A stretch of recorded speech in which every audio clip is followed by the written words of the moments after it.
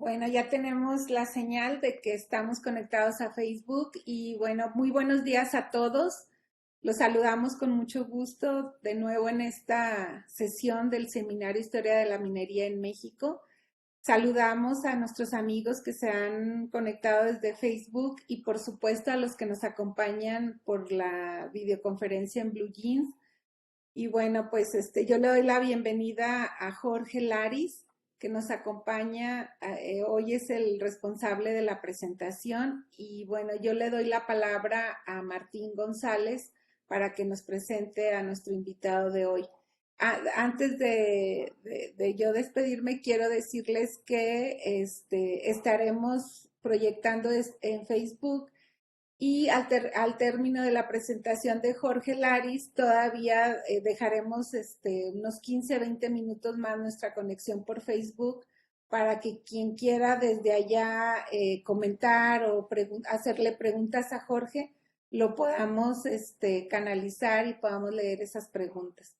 Entonces, bueno, pues dicho esto, Martín, por favor, adelante, te doy la palabra.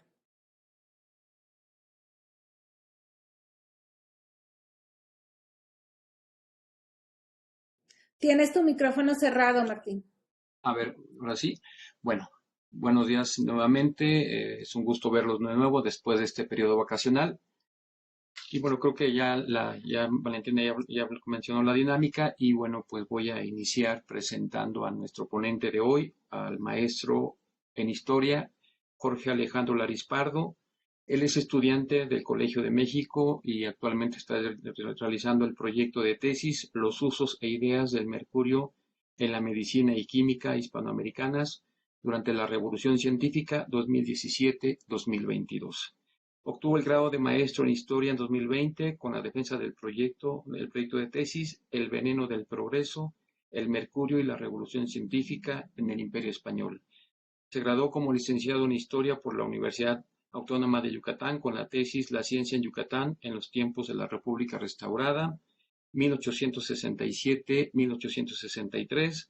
Como parte de su formación profesional, también fue asistente de investigación en la Facultad de Ciencias de la UNAM en el proyecto La evolución de los libros de texto de escuelas secundarias de México desde la historia y la filosofía de la ciencia en 1974-2012.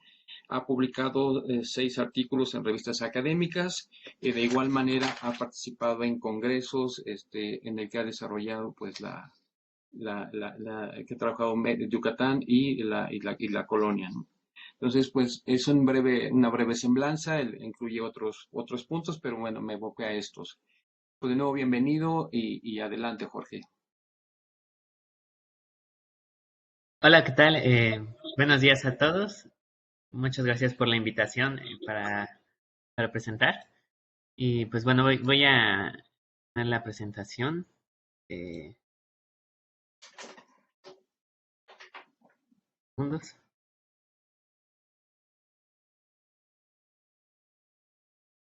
Listo. Pues, ¿pueden ver la presentación?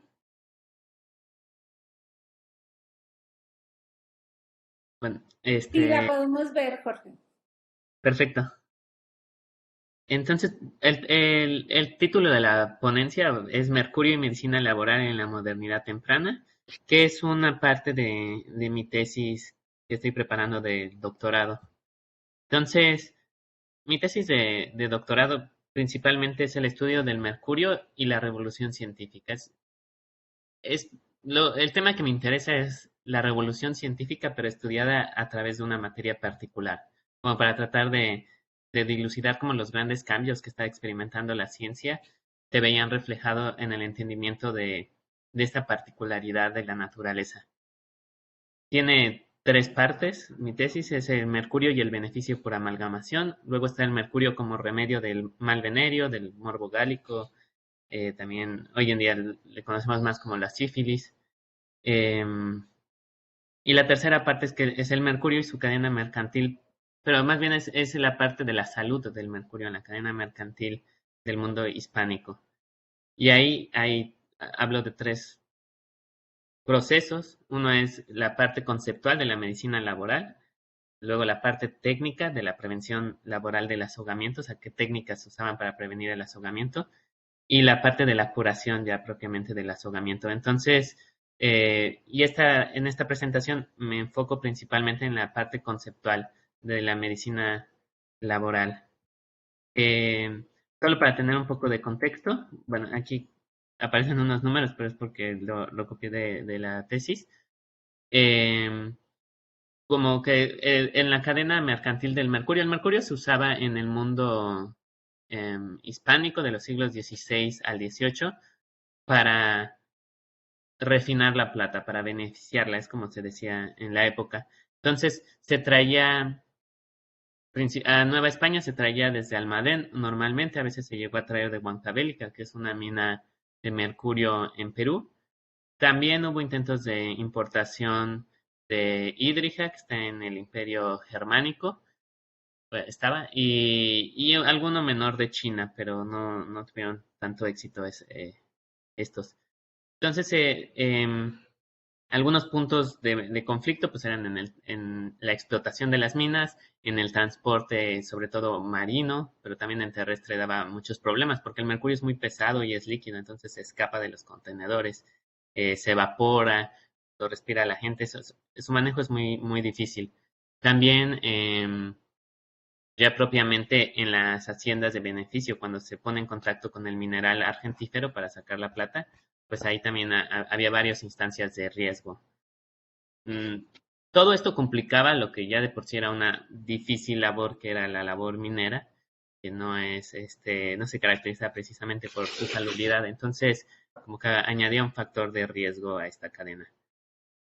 Em, Aunque ahorita me voy a concentrar con la evolución conceptual de la prevención o de la medicina laboral del azogamiento, pues creo que vale la pena explicar un poco la imagen que aparece como en el flyer de esta presentación, pues para darnos una idea de las técnicas que estaban desde el siglo XVI utilizándose. Uno cuando se manipula el mercurio tiene una baja absorción en la piel y una baja absorción intestinal.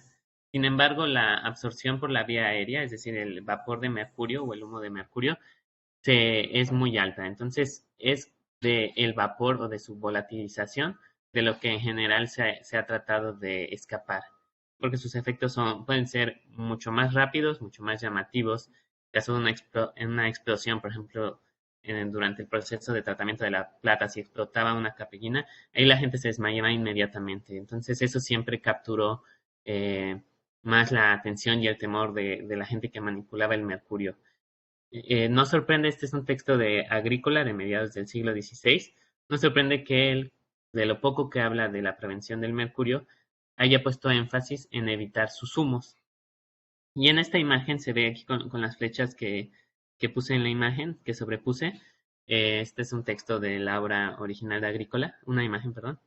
Como la persona que está trabajando con el fuego, que el fuego lo que hacía era a la hora de sacar el cinabrio de la mina, el mercurio viene combinado con azufre y mercurio de la mina. Entonces, este se tiene que calentar en vasijas de barro, o era la técnica que se usaba más en el siglo XVI, para que el calor pues provocaba que se separaran ambas sustancias. El mercurio se decantaba en el interior de eh, el recipiente de barro y luego ya pues se separaba y era. Entonces, lo que proponía Agrícola como medida de prevención era dar la espalda al viento. Por eso vemos que en la esquina hay una alegoría que está soplando y empujando el humo del azogue hacia el otro y el trabajador está dando la espalda al viento y de frente al humo. Esta técnica llama la atención porque se llegó a seguir en Huancavelica, en los documentos de la mina. Hay alguna expresión de un minero rico, Juan de Sotomayor, del siglo XVI, que habla precisamente de la importancia de beneficiar en el exterior para evitar como el azogamiento en los trabajadores. Entonces, pues aquí es un punto en el que hago énfasis a lo largo de mi tesis, que yo lo que he notado es que no hay una diferencia tan radical entre las discusiones de los autores europeos y los americanos, porque muchas veces pues había una confluencia de pareceres, mucha gente de América se formaba leyendo textos europeos y algunas veces textos americanos también se leían en Europa. Pero bueno, un poco para hablar de las ideas, la evolución de las ideas, del azogamiento y la prevención laboral, hay varios autores que han escrito sobre el tema. La obra general más importante, que ya tiene más de medio siglo, es la de George Rosen, The History of Minor Diseases, que ahí trata varios testimonios interesantes sobre el azogamiento en perspectiva histórica, aunque deja de lado la discusión de textos hispanos, ¿no? El mundo hispano no es algo que interese a Rosen. Su obra es importante, ha sido citada por casi todos quienes hemos estudiado el tema desde entonces ha tenido influencia en la historiografía.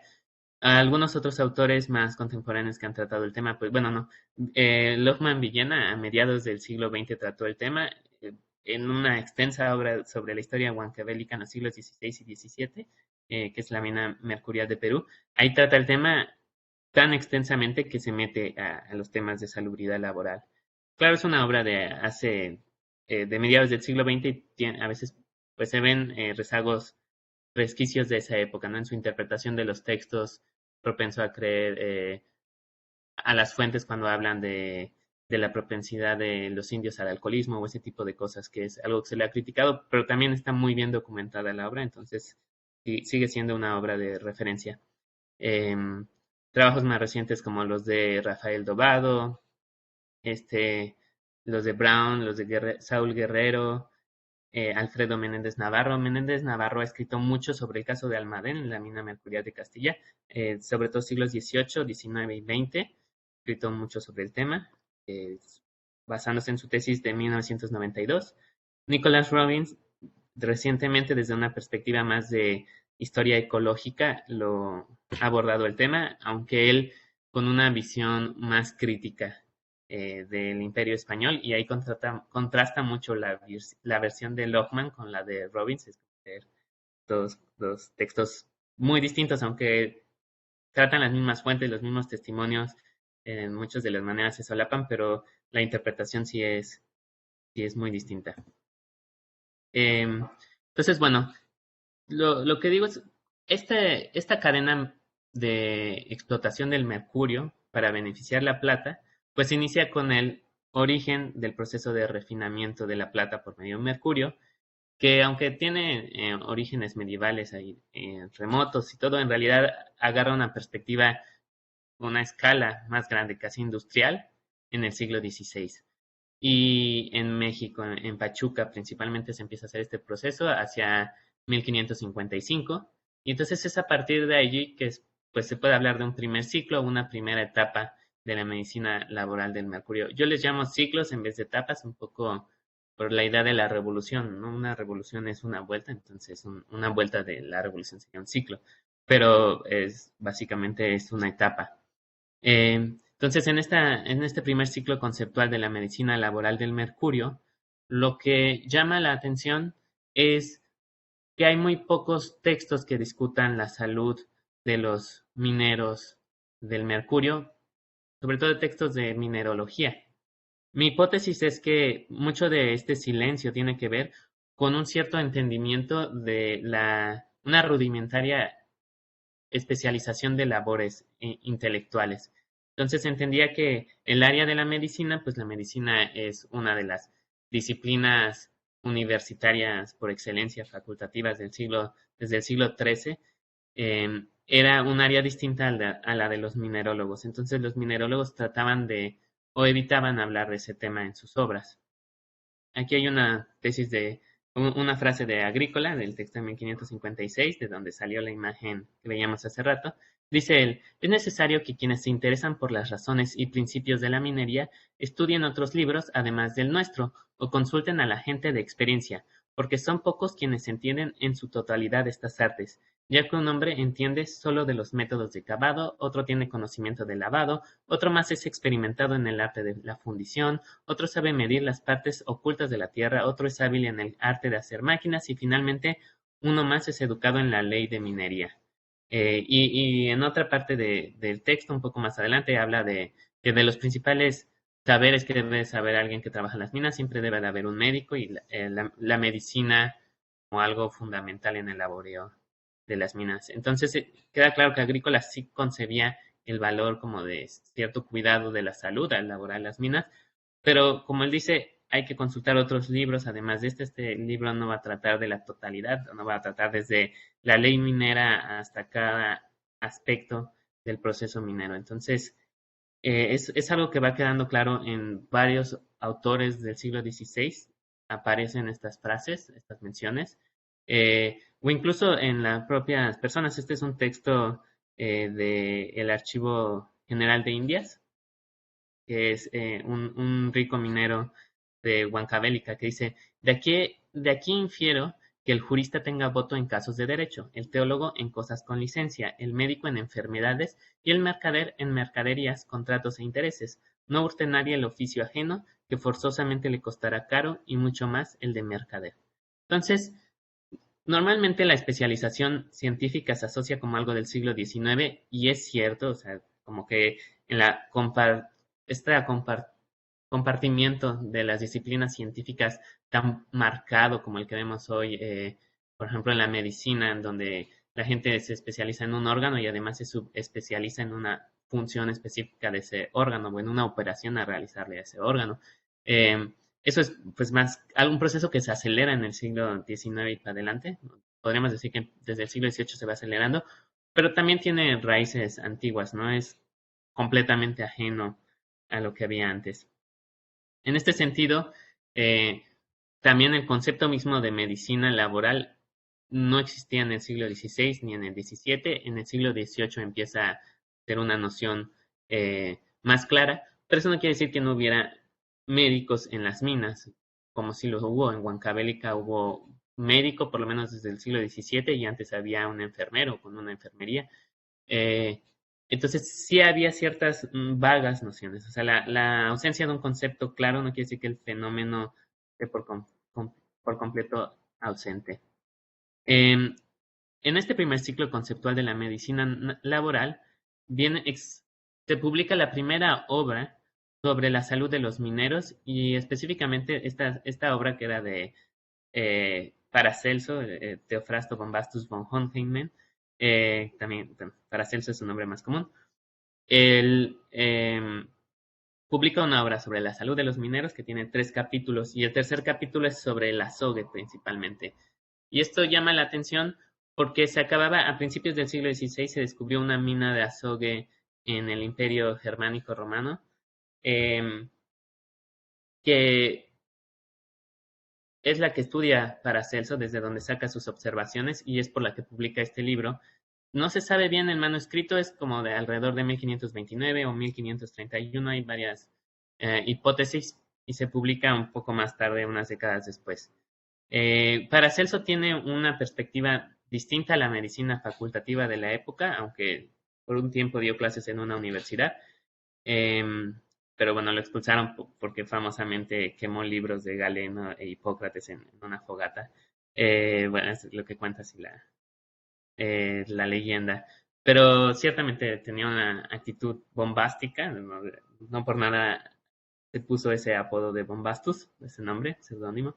En fin, él tenía una idea muy marcada de la relación entre el micro y el macrocosmos, es decir, la relación entre lo que sucede en el microcosmos del cuerpo con el macrocosmos del universo. Entonces, por ejemplo, habla que las enfermedades se transmiten, las pulmonares, se transmiten por vapores. Y los vapores comunican a la Tierra con las estrellas que están en el cielo. Hay una comunicación constante entre la Tierra y las estrellas por estos vapores. Entonces, cuando inhalamos los vapores que están influidos de las estrellas, contraemos distintas enfermedades. Y él dice, en el interior de las minas, los metales son como las estrellas. Y entonces las enfermedades que se contraen en una mina son similares a las que contagian las estrellas del cielo y las estrellas de la Tierra. Siempre está haciendo estas analogías Paracelso. Y esto viene pues de la tradición alquímica, estaban los nombres de los metales, mercurio, el argento vivo, como se le llamaba en latín, el hidrargirio, como se le llamaba en griego, se le llama mercurio en la Edad Media por el planeta Mercurio, y a los distintos metales se les va dando también otros nombres. La plata era luna, el oro era sol, y etcétera, ¿no? El hierro era Marte, en fin. Luego, es muy interesante la historia de por qué el mercurio se quedó llamando mercurio, pero luego se las comento. Él ponía énfasis en que estas sustancias que entraban a los pulmones, que venían desde las estrellas, pues se quedaban pegadas en los pulmones y eran los que provocaban el mal. Importante para este tema es que muchos de los síntomas que describió del azogamiento fueron los síntomas que se conocieron a lo largo de estos 300 años. Problemas, llagas en la boca, caída de dientes, temblores severos, problemas en los huesos, motrices, son a los que más énfasis les dan las obras de esta época. Y eran síntomas muy, muy conocidos porque justamente desde principios del siglo XVI, unos años antes, se empezó a usar el mercurio para tratar el morbo gálico, la sífilis, y entonces, al ser un tratamiento pues que se daba, la gente estaba familiarizada con estos síntomas, no eran algo ajenos a la cultura. De hecho, por ahí en Don Quijote, pues Cervantes menciona que ciertas personas temblaban como azogados, lo que da la idea de cómo servía esa metáfora para hablarle al público, porque era algo que el público sabía, que los azogados temblaban. Para Celso, por ejemplo, dice que el mercurio no debería llamarse mercurio, sino luna, porque el mercurio es frío, frío hace temblar y produce un invierno en el cuerpo. Estas nociones, aunque contrarias a Galeno, no son del todo contrarias. Para los médicos galénicos el mercurio era frío y eso también era lo que provocaba los temblores. El frío y los nervios se asociaban, o sea, el sistema nervioso se asociaban mucho en la época. Paracelso no tiene mucha influencia directa en el mundo hispano del siglo XVI, pero sí quizá indirecta, por un fenómeno que propongo puede ser como lavado de ideas, es decir, muchas de las ideas de Paracelso se citan en trabajos hispanos, aunque a Paracelso se le omita, y de alguna manera se limpian. Por ejemplo, las ideas del micro y macrocosmos, pues en vez de citarse a Paracelso, se cita a Platón o a innumerables textos medievales atribuidos a Platón que había, y otras, sucede lo mucho con muchos textos. Rosen ha visto que en el siglo XVIII algunos de los remedios que dio Paracelso para el ahogamiento aparecen en las obras del siglo XVIII, aunque Paracelso no se cite. Y Rosen dijo, para este tiempo ya se había perdido ese vínculo.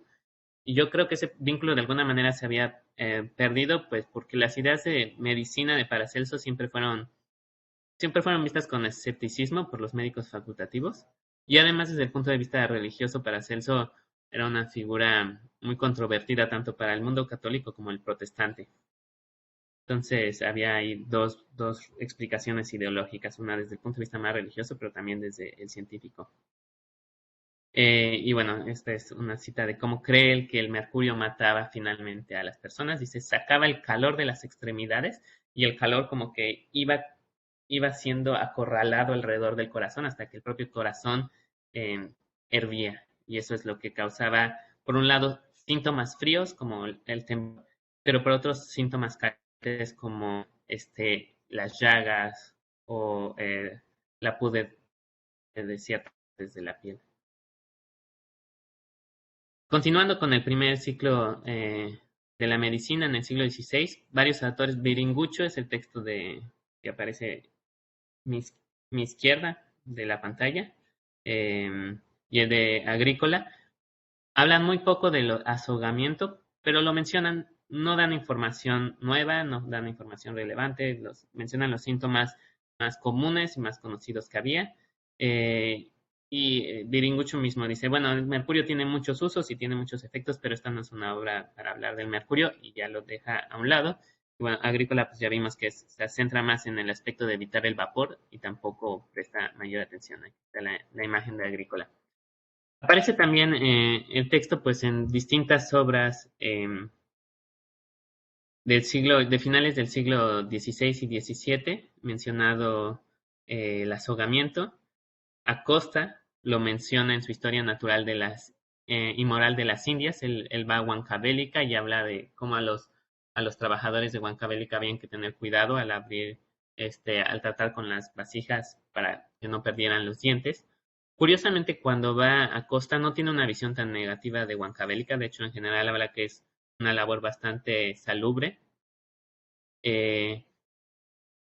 A mediados del siglo XVI, un poco antes de Acosta, está el texto de Laguna, que es una traducción de Dioscórides, del griego antiguo, del griego clásico, traduce la obra al castellano, primero al latín y luego al castellano, pero está llena de comentarios de Laguna. Laguna hace muchos comentarios y entre estos también comenta al mercurio como sustancia usada en medicina y algunos de sus efectos negativos. Entre ellos, pues menciona que los trabajadores de las minas de mercurio pues padecían estas enfermedades. También tiene sus propias explicaciones. Por ejemplo, dice que el mercurio por su peso jalaba los músculos y entonces los músculos, por su tendencia natural a recobrar su forma, recuperaban la forma. Y entonces había un jaloneo constante entre el peso del mercurio y el intento de los músculos por recuperar su forma original. Y eso era lo que provocaba los temblores de la gente. Me llama mucho la atención porque es una explicación que casi no se usa por los médicos de la época. Justamente como no se habla tanto del azogamiento en los libros de mineralogía, fue que acabé investigando los libros de morbo gálico, que son los que más atención prestaban a los efectos en la salud del mercurio. Entonces era bastante heterodoxa esta explicación, incluso con ciertos rasgos medio mecanicistas, como 100 años antes de que el mecanicismo tomara la fuerza que llegó a tomar. El arte de los metales, esto ya es 100 años después de Laguna. Barba también hace una mención muy breve de la azogue, dice, pues sus efectos son bien conocidos y hay que evitarlo. Básicamente a eso se reduce la mención de Barba en este que fue uno de los libros, quizás el libro más reconocido sobre la minería, el aspecto científico de la minería hispana de todo el periodo colonial. Es un libro muy citado, se leyó en la filosófica, se reseñó en las Philosophical Transactions de la Royal Society en Inglaterra, se tradujo a distintos idiomas eh, y bueno, a eso se reduce Barba, dice, se conocen de sobra los efectos en la salud del mercurio, mejor hay que evitarlos. Y da algunos consejos como hacer las capellinas de cobre para que es más resistente, en fin. Ahora, en los libros de medicina y cirugía se trataba el tema del azogamiento, como les decía, porque pues se usaba como una medicina el mercurio contra el morbo gálico, y en estos libros normalmente había referencias a ciertos aspectos de minas. Este de Calvo, que es de finales del siglo XVI, es muy como un ejemplo que me gusta mucho citar porque ejemplifica muy bien cómo se citaba este tema. Normalmente era un párrafo en el que se mencionaba. Prueban también lo mismo por los efectos que se hacen en nuestros cuerpos, en los que le sacan de las minas, o sea, los que sacan al mercurio de las minas, los cuales sienten notable frialdad, y si en las dichas minas están muchos días, les toma por el cuerpo temblores, porque la frialdad es muy enemiga de los nervios, huesos, dientes, cerebro y espina medular, como dice Hipócrates. Entonces vemos lo que les decía, esta asociación entre la frialdad y los nervios, el cerebro, la espina medular, eh, desde, desde Hipócrates, y cuando se ven estos efectos del mercurio, que el mercurio además cuando lo tocan pues se siente frío, entonces para muchos era claro que el mercurio era frío, aunque también había quienes decían que era caliente, fue toda una discusión de la época, y por eso hace convulsiones, rigores y otros daños que él mismo cuenta en el dicho libro. Está aquí citando me parece que es el libro de Laguna. Así vemos que si por la boca le toman muy a menudo o con su ungüento se untan muchas veces, viene a temblar tanto que ni la taza ni pan en la boca se pueden poner, principalmente si de su naturaleza tienen la facultad animal lánguida o imbécila. Esto, Navarro, que ha estudiado en el siglo XVIII los testimonios, sí es muy claro que a veces los temblores eran tan fuertes que en la enfermería y luego hospital de Almadén no quedaba otra que amarrar a los mineros azogados para que no se lastimaran a sí mismos.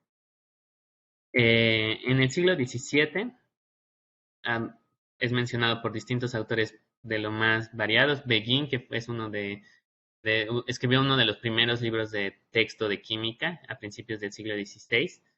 Habla de los males del mercurio entre los mineros y él específicamente fue a Idrija en el Sacro Imperio y ahí mencionó que había visto a un minero temblar aunque llevaba meses en entrar a la mina. En Nueva España está el texto de Barrios que también menciona que el mercurio causa una especie de síncope o parálisis total del cuerpo entre quienes trabajan en las minas. Y ahí probablemente se estaba refiriendo a a la intoxicación mercurial debido a una exposición súbita cuando explotaba uno de los aparatos para desazogar. Entonces salía el vapor de mercurio por todos lados y si la gente respiraba ese vapor rápido caía noqueada. No siempre morían, era un desenlace posible, a veces quedaban azogados, paralizados y a veces incluso llegaban a curar sacando, el cuerpo iba sacando el mercurio y llegaban a mejorar un poco su estado de salud. Eh, pero era como uno de los momentos más notables. También a mediados del siglo XVII en México se publicaron dos tratados sobre la cualidad del mercurio, que son muy interesantes. Más que importarles la salud de los mineros de mercurio, lo que les interesaba era determinar si el mercurio era frío o caliente, porque esta discusión de si el mercurio era frío o caliente viene desde la Edad Media, muy, muy antigua la discusión, y justamente a mediados del siglo XVII, cuando estaba entrando el mecanicismo como en su etapa de crecimiento, es una nueva forma de ver la naturaleza debido a partes móviles, atómicas, etcétera. Eh, Surge la idea entre los médicos que es necesario como que dar las explicaciones lo más precisas y exactas posibles. Y entonces empieza a haber esta inquietud de no poder determinar si el azogue era una sustancia fría o caliente. Y entonces, bueno, en este contexto es que se dan estos dos textos, uno contesta al de el otro, el de Becerra contesta al de Correa. Y entonces la discusión no es exactamente sobre los mineros, pero pues ahí sí se citan algunos ejemplos de minas. Dice Correa, por ejemplo, que la gente en las haciendas de beneficio corre cuando explota una capellina de desahogar. O sea, cuando ya lo mencioné varias veces, pero creo que no lo he explicado. La capellina de desahogar es cuando se sacaba la plata combinada con mercurio, ya después de todo el proceso de beneficio había que separar el mercurio de la plata y esto se hacía pues fácilmente, pues se evaporaba el mercurio, se calentaba la amalgama para que se evaporara el mercurio y quedara la plata. Claro, para evitar que se desperdiciara mercurio, pues hacía esto en un recipiente cerrado para que el mercurio se decantara. Pero a veces, pues por el uso, por problemas de temperatura, por mil razones que pudiera haber, explotaba la capellina y es cuando venía el desazogamiento. Entonces, de ese Correa, la gente huye de una capellina cuando explota, pero jamás he visto a nadie que corra del mercurio cuando está en el proceso de amalgamación, durante el proceso de beneficio, que era en una gran piscina en la tierra, ahí se ponía el mercurio con los minerales de plata. Y él dice, yo nunca he visto que corran de la torta, así le llamaban a esta combinación, pero sí de la capellina.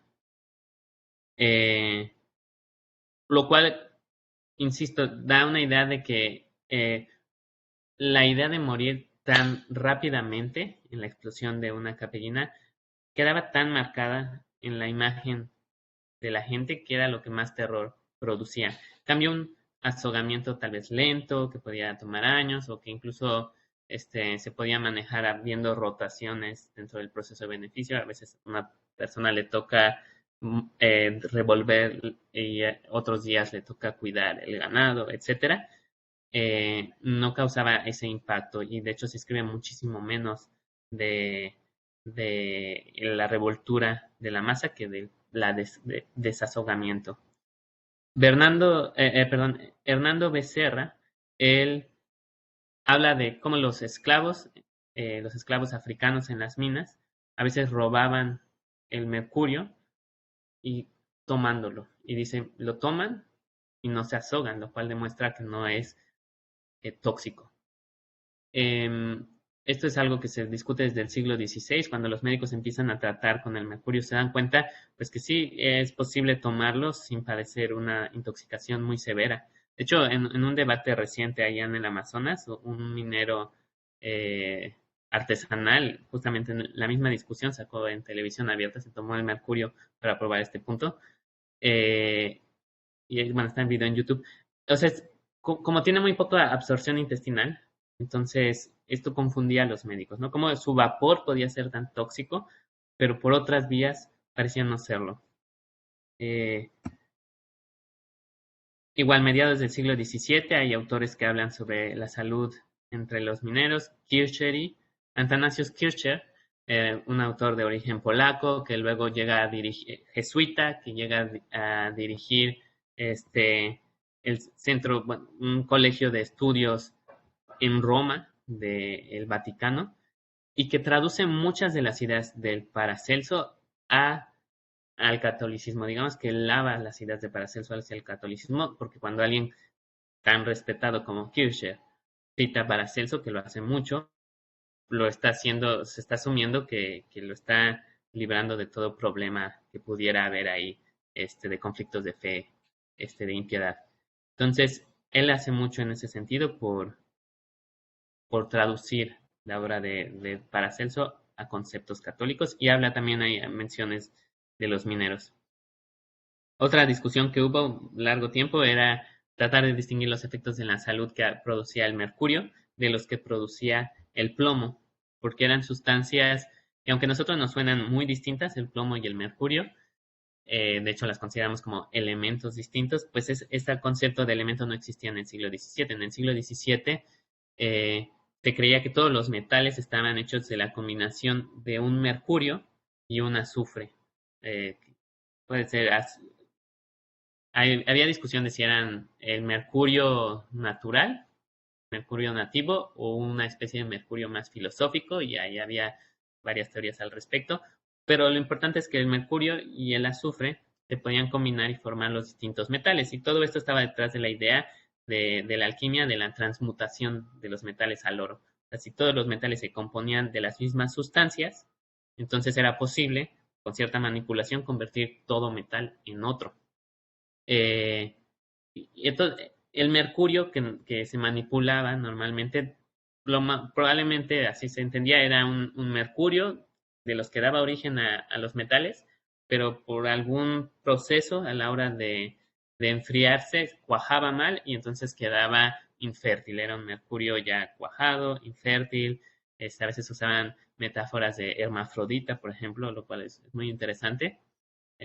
Bueno, estas ideas aristotélicas de eh, la forma y la materia como la mujer y el hombre. Entonces el mercurio que queda infértil era como hermafrodita. Hay varias ideas ahí conceptuales muy, muy intrincadas, pero bonitas y a la vez interesantes.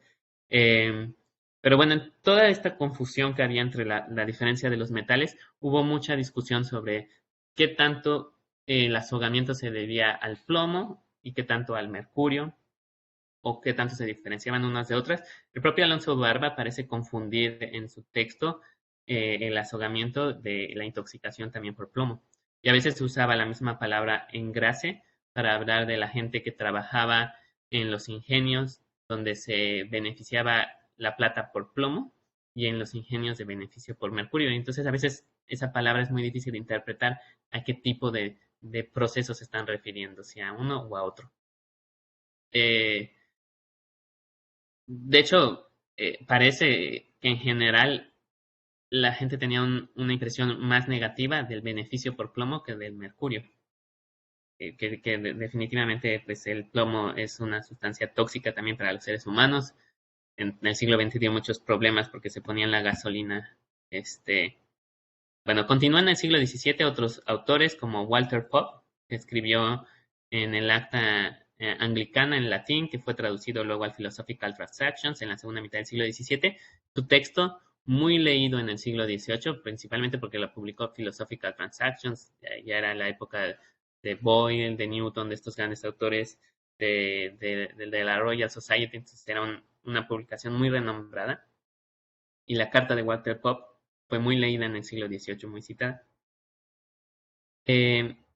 Entonces, lo que podemos ver, o en lo que insisto, que este primer ciclo conceptual, básicamente hay consenso alrededor de que el mercurio es tóxico y de que, pues, el laboreo de las minas de mercurio incluye una dificultad extra a la ya de por sí difícil labor de los mineros.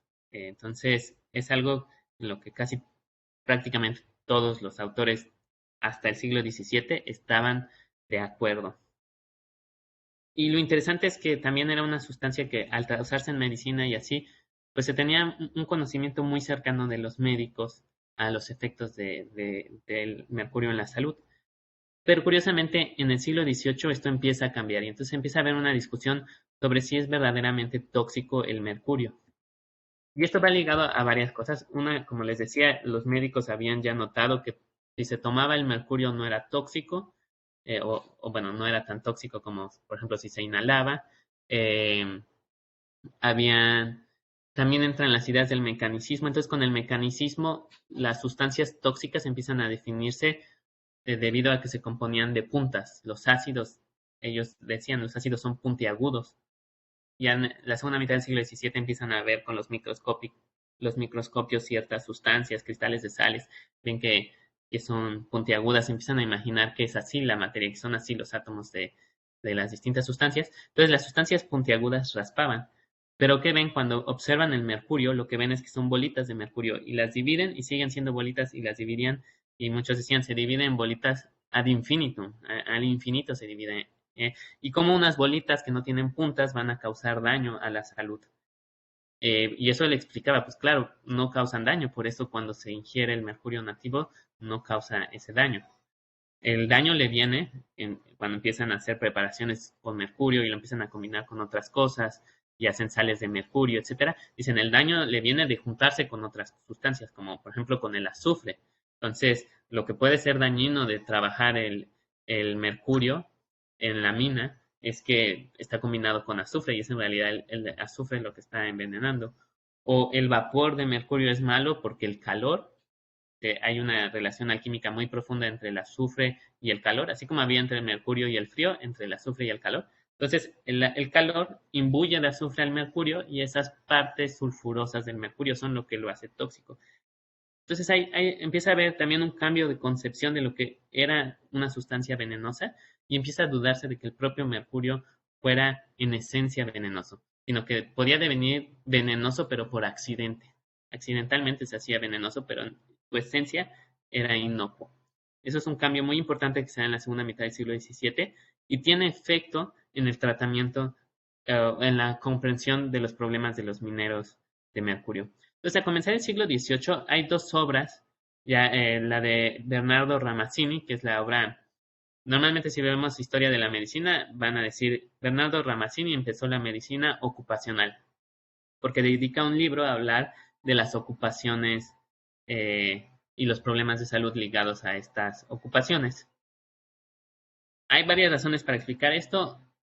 Una es que empieza a ser más barata la imprenta, otra es que el conocimiento médico estaba creciendo ya más aceleradamente y entonces se hacía más importante hacer estas distinciones.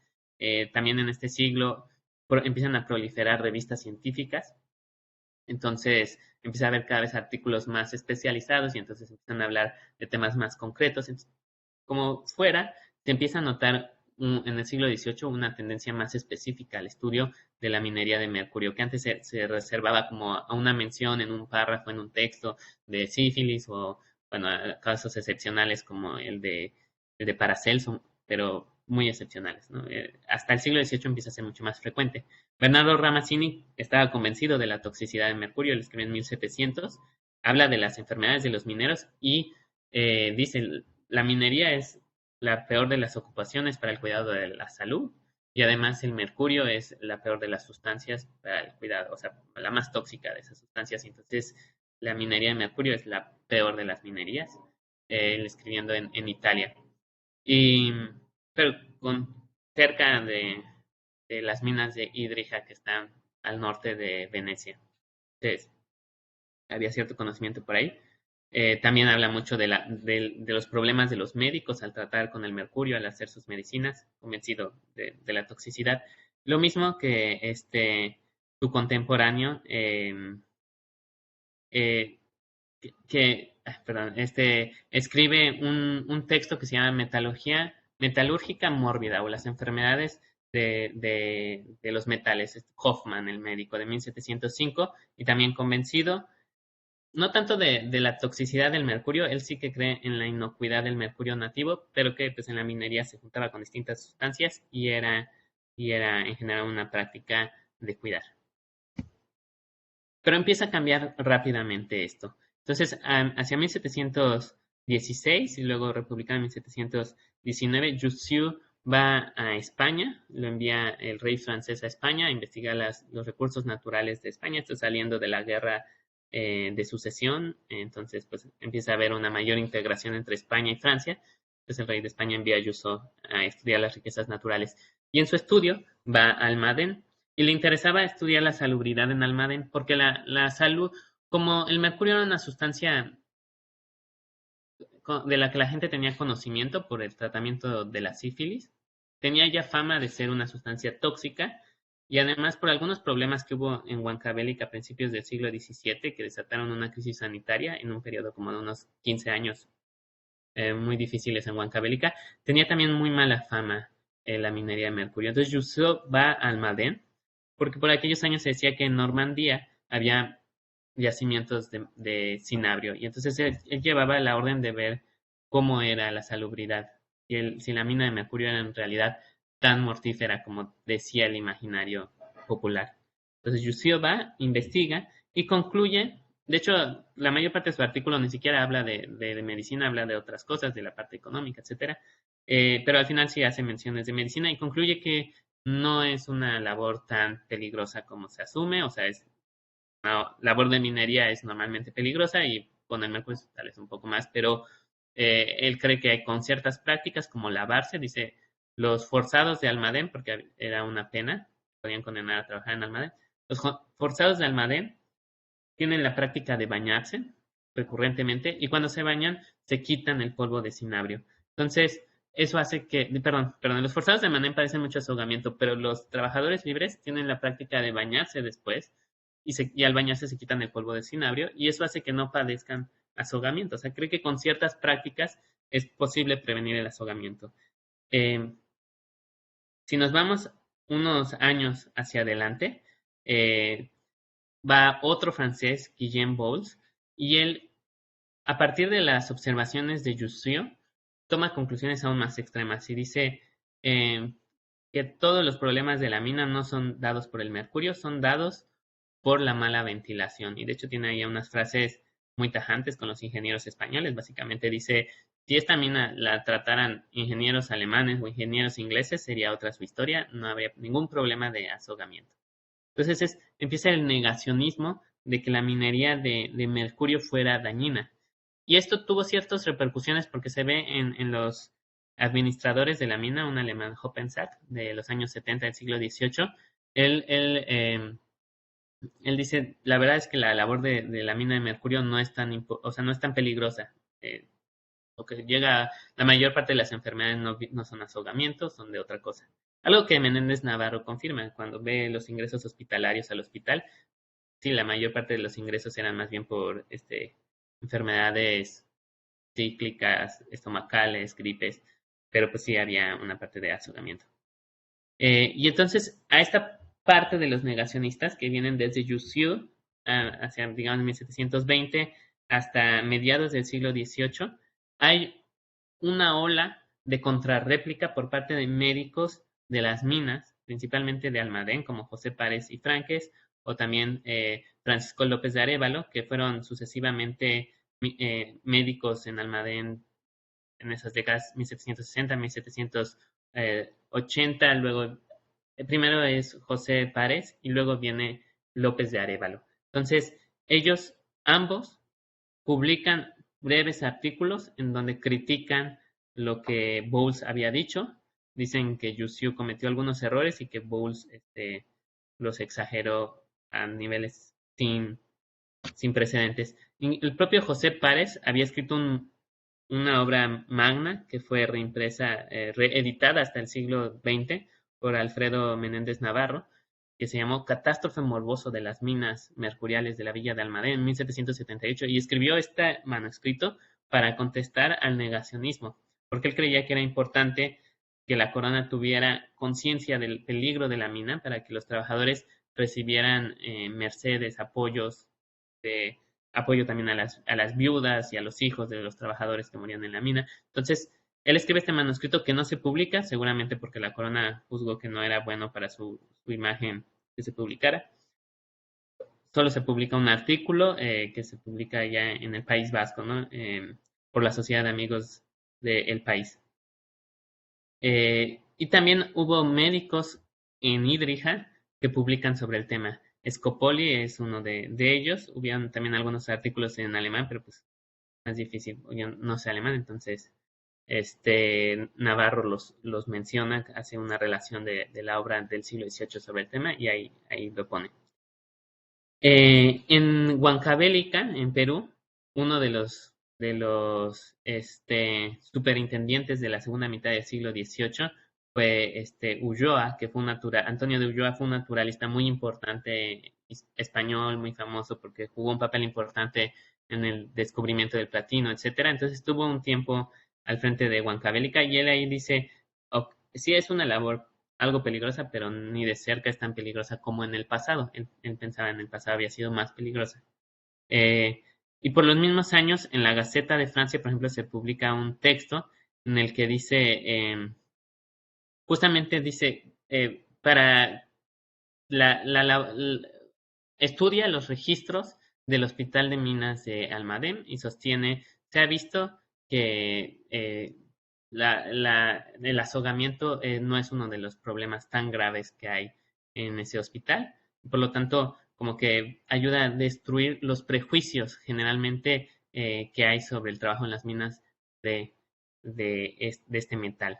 Es muy interesante que la Gaceta francesa quiera contrarrestar estos prejuicios. Entonces, lo que se empieza a ver es como, por un lado, un afán por enfatizar la inocuidad de estas labores, por otro, la preocupación de que si se minorizan mucho, puede haber riesgo de que la corona deje de atender responsabilidades laborales hacia los trabajadores, y hay una tensión ahí muy fuerte entre lo que yo llamo contestar a la leyenda negra, que está muy imbuida de las ideas del trabajo en las minas de Almadén y de Huancavelica, y por otro lado, pues no olvidar que sí es un trabajo peligroso. Y por ejemplo, como ejemplo de la leyenda negra, cuando Born hizo un adelanto en el proceso de beneficio muy famoso, es un científico alemán, que probablemente algunos conozcan, pero bueno, él llama a algunos médicos a estudiar su proceso en Alemania, de cómo va a funcionar la amalgamación de plata con unos barriles de hierro, y invita a un doctor, a un médico a comentar. Y bueno, esta es de la traducción al inglés del libro de Born, donde se publicaron estas cartas. Y el doctor Hoffinger dice, todo médico sabe, debe ser informado de la naturaleza del nuevo proceso de amalgamación, del de Born, del alemán, para convencerse plenamente que difiere del proceso español y por ello no merece la abominación por la cual el último es tenido por varios autores. El proceso hispanoamericano es cruel y doloso a la salud de los trabajadores, pero difiere absolutamente de nuestras operaciones.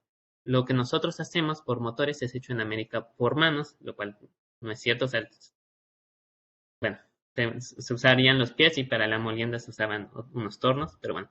Nosotros trituramos con calentadores, con agitadores de madera. Allí la trituración se hace con los pies de hombres, que esa es la parte que como que, bueno, se usaban unos tornos de madera en América, entonces se revolvía la masa normalmente con pies.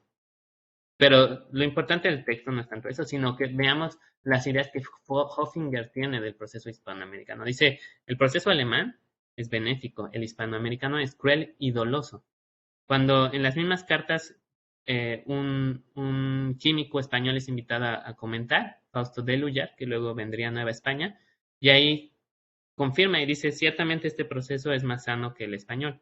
Claro, de Lullar en esa época no había venido a América, entonces está hablando de desde sus prejuicios que había en la Europa de la época. Y eso explica por qué luego los que escriben posteriormente, ya a finales del siglo XVIII y principios del siglo XIX, vienen algunos técnicos europeos a América y estudian el proceso de beneficio americano. Y lo que dicen en general es muy benéfico sobre el proceso de beneficio americano. Por ejemplo, Son Schmidt, que es uno de los grandes trataristas ya de principios del siglo XIX, dice, bien notorio es en todo este reino que el beneficio por patio no es ninguna operación dañosa para los peones que en ella se emplean, y por lo propio no había necesidad de mencionarlo si no fuese por motivo de muchos europeos que se han dejado persuadir de que el trabajo de las minas de Nueva España y el beneficio de sus minerales destruyen un inmenso número de habitantes. Y Humboldt también dice, es sorprendente ver a los trabajadores de estas haciendas de beneficio con la salud más perfecta. Entonces, ¿cómo podemos explicar estos dichos tan benéficos de gente como Stone Schmidt, de gente como Humboldt? Yo creo que solamente se explican como contestación a las ideas que había en Europa en la época, que eran bastante negativas sobre la minería americana. O sea, ellos, Stone Schmidt, Humboldt, insisten en que no hay una diferencia tan radical entre el proceso de beneficio entre la minería americana y la minería europea.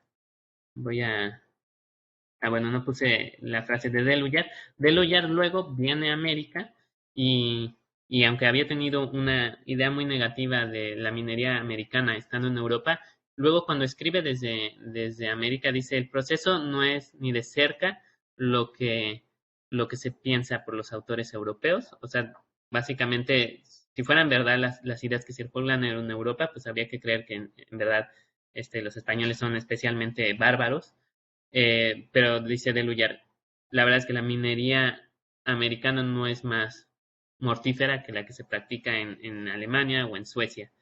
Y yo creo que en ese sentido debemos de interpretar estas frases ya de finales del siglo XVIII como respondiendo a la leyenda negra.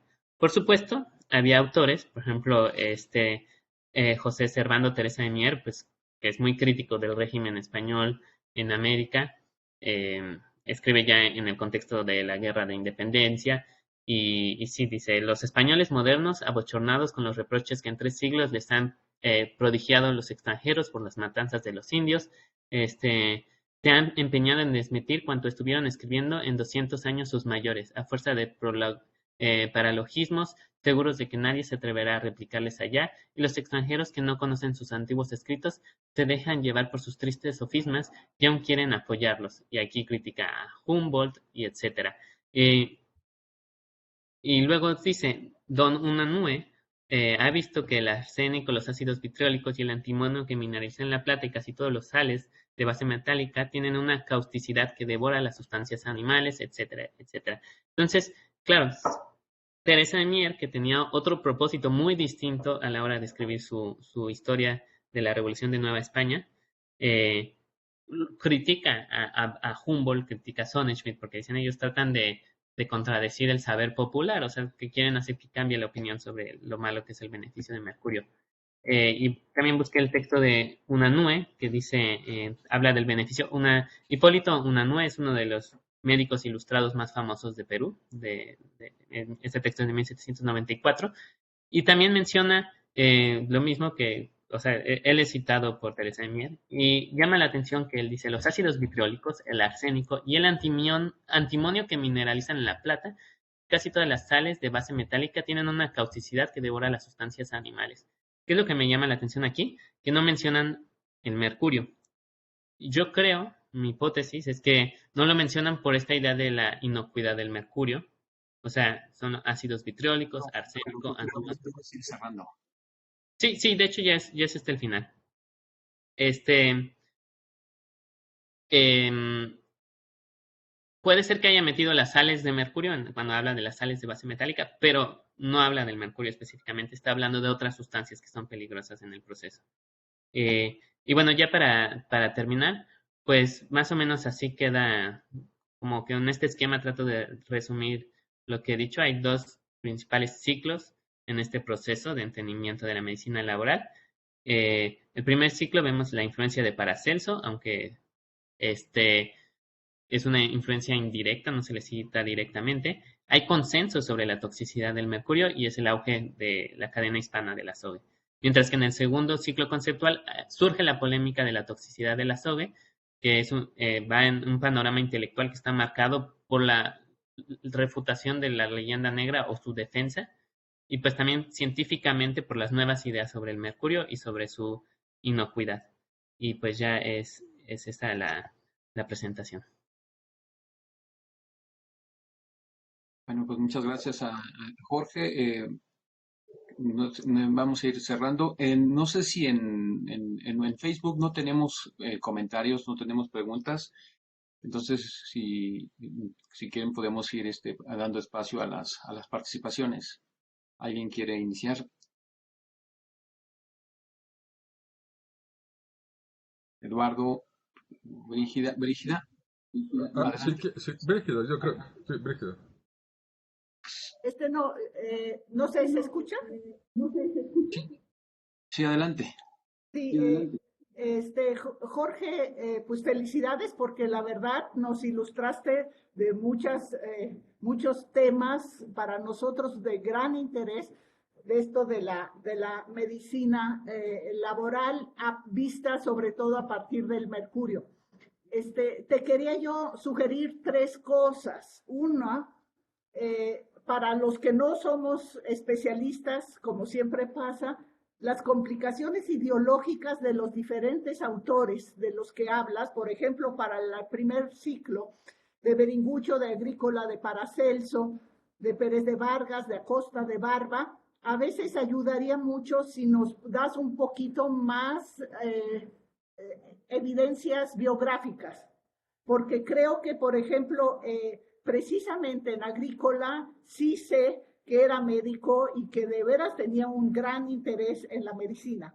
O sea, en ese sentido, eso es algo que creo que no subraya suficientemente, pero las mismas biografías nos ayudarían mucho. Y me parece excelente la cita que haces de Agrícola de la especialización, porque efectivamente, a fuerza, el que estudia la minería, y aquí estamos en un seminario de minería, el que estudia la minería se especializa o más en la extracción, o más en el beneficio, o más en las maquinarias, etcétera. Entonces, sí hay de alguna manera en cada autor también, me imagino, y las experiencias pueden ser muy distintas. Luego, esa especialización creo que también se muestra en que la realidad americana de la minería de plata y la realidad europea es muy distinta.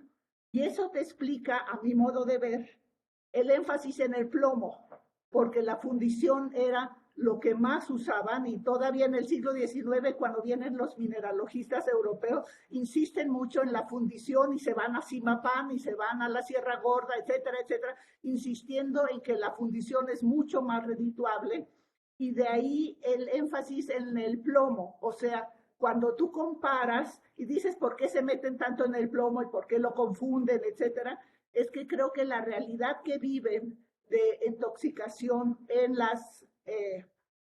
los procesos de beneficio pueden venir porque se usa mucho más el plomo en Europa. Y en ese sentido me gustó la portada del libro que muestras de Samuel Stockhausen, porque habla precisamente del humo de la fundición, ¿no? El Hüttenrauch. O sea, si tienes problemas para traducir, por favor, con todo gusto yo te traduzco cuando tengas textos, porque sí es un problema que creo que les preocupaba, por lo menos en Sajonia, mucho, que es incluso el mismo concepto de beneficio, o sea, de fundición, el mismo concepto de Hütte, H-U-T-T-E-N, va a ser tan importante que los manuales de ingeniería, incluso de ingeniería científica en el siglo XIX en Alemania, en Karlsruhe, por ejemplo, donde hasta la fecha siguen haciendo investigaciones de energía, bla, bla, bla, todos ellos, el libro principal era el Hütte. O sea, la fundición es como el el centro de la ingeniería alemana en cierta manera, y eso me parece interesante. Y finalmente, nada más, de veras aprende uno muchísimo con tu historia de la medicina laboral, y en ese sentido creo que para América sería interesante no nada más ver la discusión académica, porque de alguna manera sí es una torre de marfil de discusión entre académicos, y lo más interesante es cuando mencionas a los que tienen la experiencia laboral regional, porque cada región va a ser distinta. Regiones pobres van a tener a los indios trabajando muy cercanamente del mercurio, y otras regiones más ricas van a meter caballos para remover la torta, etcétera. Entonces va a haber experiencias regionalmente muy, muy diversas, y esa diversidad de realidades laborales diversas yo creo que va a influir en cómo la academia o el médico va a interpretar los padecimientos que observa. Eso es todo. Gracias. Gracias, Brígida. Interesantes. Sí, muchas gracias. Eduardo, por favor. Pues yo iba a comenzar diciéndote que te felicito porque no solo por esta inmensa reseña que acabas de hacer de toda la bibliografía que juntaste, que fue mucha, y sabes latín, francés, inglés, bueno, ya nos dijiste que alemán, ¿no? Pero no se necesita un conocimiento vasto de los idiomas como para poder hacer la reseña. Eso es un mérito. Pero creo que también me parece que ese mérito tomaste solo aquello que estaba referido a tu tema, y lo otro te olvidaste un poco de ello. Ya lo dijo Brígida, por ejemplo, y es algo que es uno de los autores que más conocemos por la minería agrícola. Es prácticamente la Biblia de la minería. Y ya lo dijo, es médico minero en varias ciudades. En Chemitz termina siendo donde empieza el libro. No es el único libro que tiene sobre minas. Tiene bastantes más libros que se conocen menos. Claro, volvemos a lo mismo. La dificultad del idioma está en un latín muy clásico y no hay muchas traducciones y no hay mucho. Algo que creo que yo también insistiría es en una relectura de Agrícola, porque si bien es cierto, no está hablando solo del envenenamiento con gases de mercurio, sino en gases en general. Y es más, hasta de una hormiga que existen en las minas, porque tiene un libro dedicado a los animales subterráneos. Y entonces, ¿cómo los animales subterráneos pueden ser? Entonces, a mí me parece que es algo sumamente importante. Ya lo dijo Brígida, no solo los antecedentes biográficos de los autores, sino también en términos de la obra de los autores y el interés de la obra. Creo que te metes a una discusión, desde mi punto de vista, una discusión teórica de la época, pero sin tener en cuenta los marcos teóricos de la época. ¿Qué quiero decir con esto? Que estas ideas de que a lo mejor los vapores venían de las estrellas y las estrellas se consumían en el cuerpo y los cuerpos. O sea, eso pues tiene una referencia histórica y una referencia teórica que, dicho de la manera en como lo pones, me parece que no le das el peso que tenía en la época. Yo creo que no hay que leer, hay que leer acríticamente, pero dentro de la época, no fuera de la época, porque si no Creo que si no, no entenderíamos a los autores. Tan es así que como bien dices, pues no existe un concepto de medicina laboral. No existe. Yo creo que el concepto de medicina laboral lo estaríamos teniendo hasta finales del siglo XIX, a duras penas. Los hispanos, que han hecho algunos estudios de estos, le llaman enfermedades de profesiones, ¿no? ¿Qué profesión y qué enfermedades se les produce por las profesiones? Entonces, no sé hasta dónde ese concepto de medicina laboral sea propio para el siglo XVI, XVII y hasta XVIII. Otra de las cosas más importantes es que, por ejemplo, le da mucha importancia ya cuando habla sobre América o México, sobre el azogue que se está, digamos, que se termina en las capillas, perdón, ay, es que tiene el nombre de un señor de Tasco, capellanías, no, capillas, ¿cómo se llaman? Que Capellinas. los Capellinas. capellinas, y ese es la capellina es un invento en Tasco, y es para recuperar el mercurio como bien decías, ya del último proceso. Pero quien está en contacto directamente con el mercurio son los azogueros. Los azogueros lo ponen casi a mano. Los azogueros lo tienen que estar tocando todo el tiempo. Entonces los vapores, quien los está recibiendo, no son los que están en la destilación. Los azogueros son los que están trabajando en el patio y son los que están midiendo constantemente. Entonces, donde hay problema o donde se enferman son los azogueros. Y además, en la época hay una confusión, o hasta cierto grado de confusión, de silicosis, de lo que conocemos ahora como silicosis, y azogue. Porque dicen que son los males de los mineros y no se sabe muy bien cuáles son. ¿Cómo estudiar el asunto y dilucidarlo? Pues solamente con que te metas a las estadísticas de muerte de las zonas mineras, ¿no? Y te voy a adelantar algo inclusive.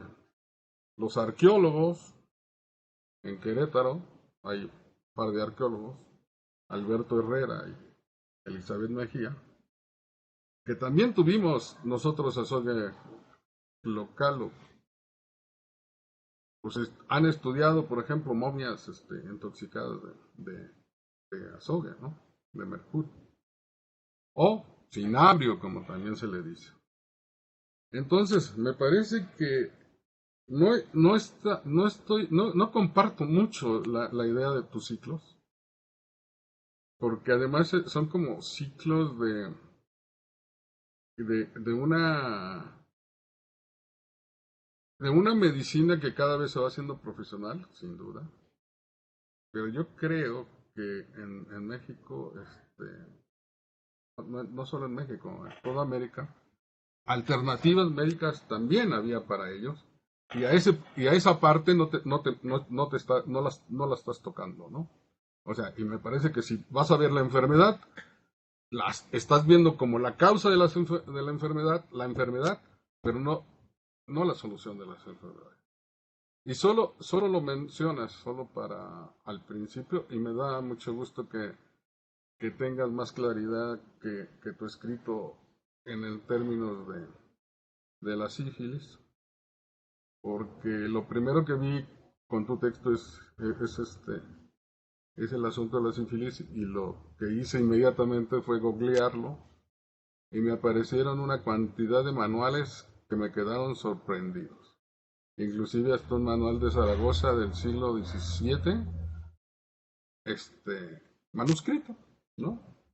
Y toda una discusión, yo me acuerdo de esa discusión de antigua, de que si es la sífilis es de origen americano o que si es es occidental, ¿no? Independientemente de cuál sea, pues qué bueno que no te metiste tanto ahí, porque en realidad te iba a leer una portada de Agrícola que dice, casi, ojo, los metales no solo traen riqueza, para esto que le dices la leyenda negra, no solo es la ambición. Los metales se usan mucho para los medicamentos, y muchísimos metales se usan para los. Y entonces es esta, digamos, ¿cómo te podría decir? Manera de entender los metales, pero si solo nos limitamos a las citas de los azogados, creo que no estamos, como se decía antiguamente mis profesores, estamos viendo los árboles pero no el bosque. Es decir, creo que tenemos que ampliar tu visión. La verdad que no, y que no se confundan, como bien lo hiciste en la exposición, con el asunto de la sífilis. Son temas paralelos, pueden ser, no hay duda, y se pueden tratar en apartados distintos, pero no, yo no los juntaría, porque son distintos.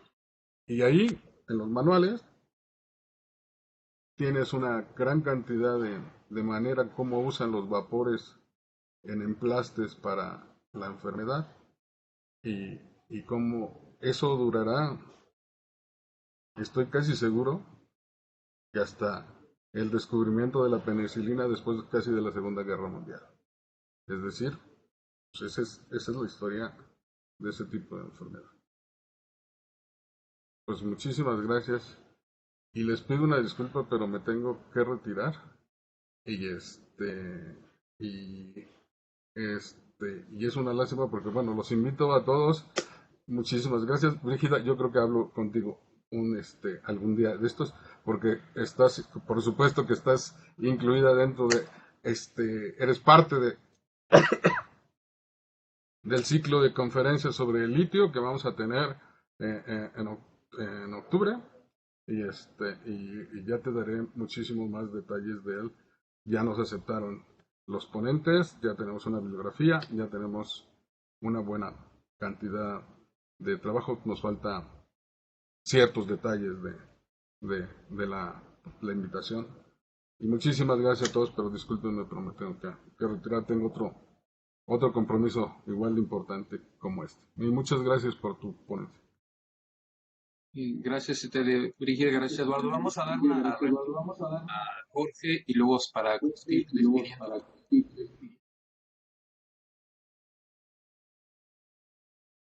Pues, muchas gracias por los comentarios y sugerencias, que sí son muy importantes. Es lo que me gusta de exponer pues los adelantos de mi tesis, ¿no? Que uno recibe críticas que también con eso pueden enriquecer el trabajo. Por ejemplo, con respecto a lo del plomo que comentaba la doctora von Mentz, es que sí, es muy llamativo. Doris Ladd, Bernd Hausberger y Saúl Guerrero han documentado 3 casos de demandas de los vecinos por contaminación de beneficio de metales, y en los 3 casos en la Nueva España, y en los 3 casos fue por fundición por plomo. Lo que es muy llamativo, o sea, pues que a veces, bueno, yo que he estado estudiando el mercurio, ¿no? Uno espera pues la toxicidad del mercurio, pero se da cuenta que también el plomo siempre estuvo allá presente y que incluso tal vez parece ser que era visto como algo más venenoso o menos, en cuestión de salubridad, menos preferible que el mercurio. Entonces es muy llamativo.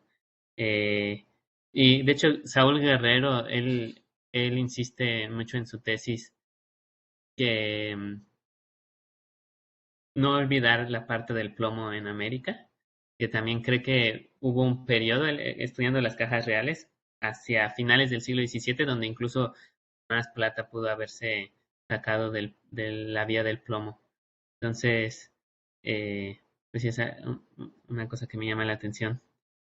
Y también, bueno, lo segundo de la necesidad del contexto teórico, creo que estoy completamente de acuerdo porque, de hecho, en mi tesis este apartado es el último, porque yo quería que fuera el primero, pero de alguna manera me di cuenta que no podía llegar a él sin antes saber cuál era el contexto y por qué existían estas discusiones.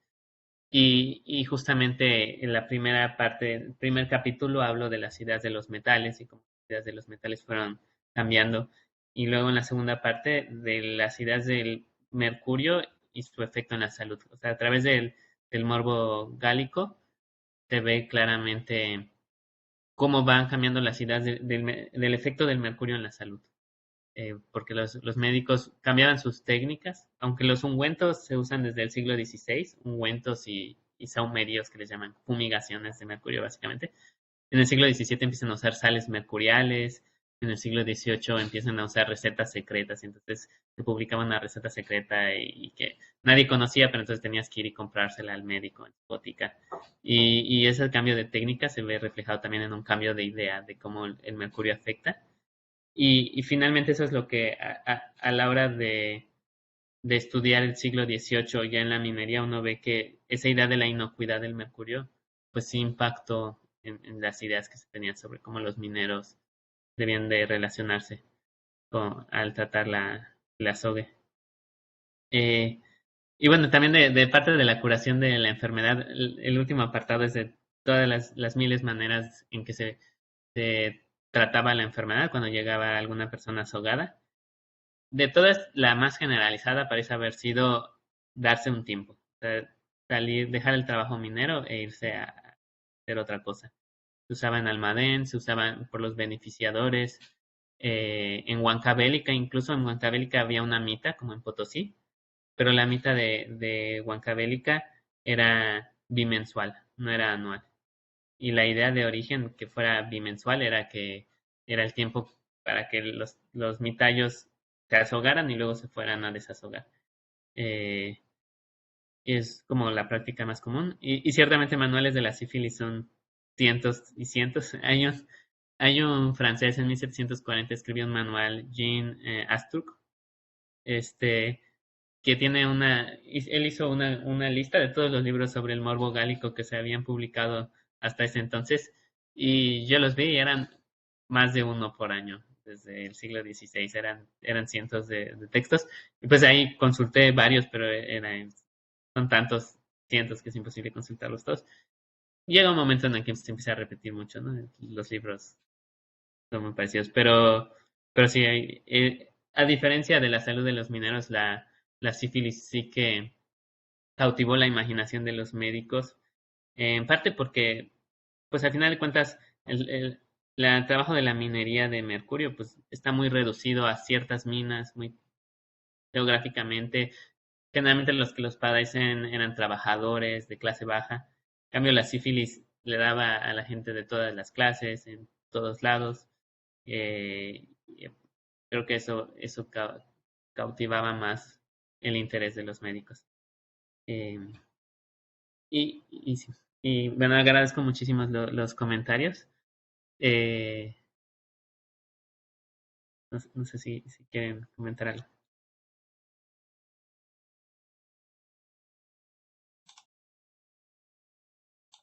Mira, bueno, vamos a cerrar la sesión de Facebook, pero vamos a seguir en línea. O sea, nada más vamos a dar una pausa para concluir, que se despidan de Facebook. No, y ya, no sé, nosotros nos seguimos. Adelante, Héctor o Moy, pueden Sí, cerrar. y agradecer, Martín, a los que se conectaron por Facebook y pues recordarles que estamos cada mes con sesiones del seminario de minería y pues el último viernes del mes. Y muchas gracias que se hayan conectado a esta sesión.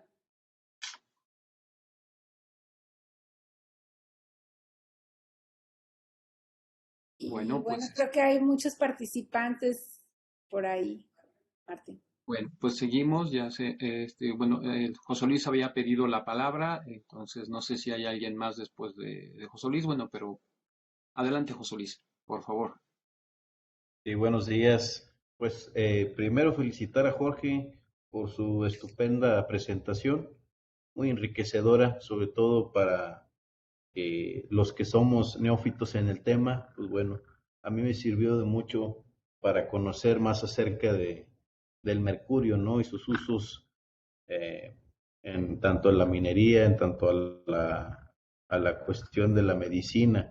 Yo tengo una inquietud respecto a la forma en la que se descubrió o en la forma en la que se pretendió usar el mercurio como un método para tratar enfermedades. Y va en el sentido de que,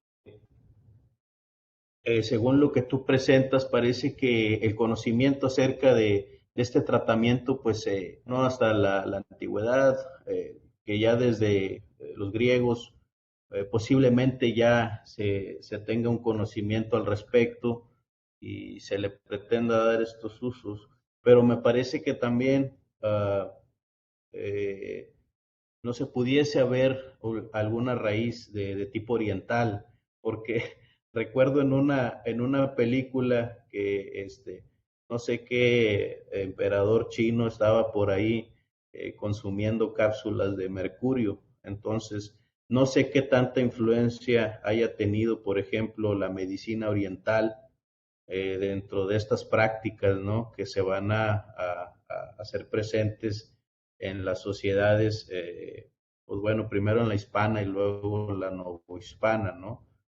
Eso es por un lado, o sea, ¿qué tanta influencia hay? Uh, y lo otro que me parece muy hasta gracioso es que, pues hablas tú del morbo gálico, ¿no? Como la cuestión de la sífilis.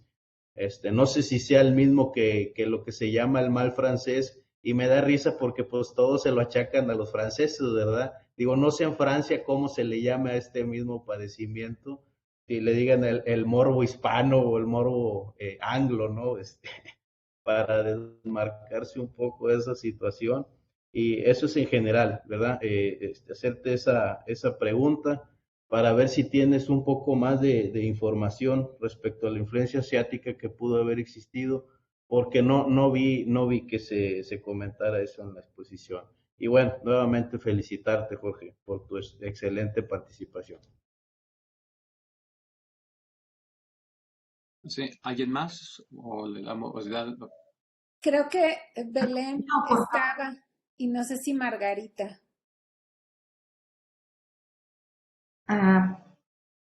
¿Tomo la palabra? Sí, Belén, adelante. Bueno, nada más. Bueno, primera, a mí también me gustó mucho la exposición, me encantó. Hay como que quedan muchas inquietudes ahí por conocer y saber. Solamente como comentando a lo que decía Eduardo, efectivamente en la época prehispánica también se cinabrio. Mucho de este color rojo que se utilizaba para las pinturas era cinabrio, y también lo que le ponían en los ojos a muchas de las pequeñas esculturas. Por ejemplo, cuando se trabajó en la pirámide de la Luna, estuvo un arqueólogo dirigiendo el proyecto, un japonés. Él tuvimos la oportunidad de nos enseñara varias de estas pequeñas esculturas que se encontraron en el interior y en los ojos. Lo que les ponían era, también utilizaba mucho el cinabrio. Entonces, por ahí como que, ¿no?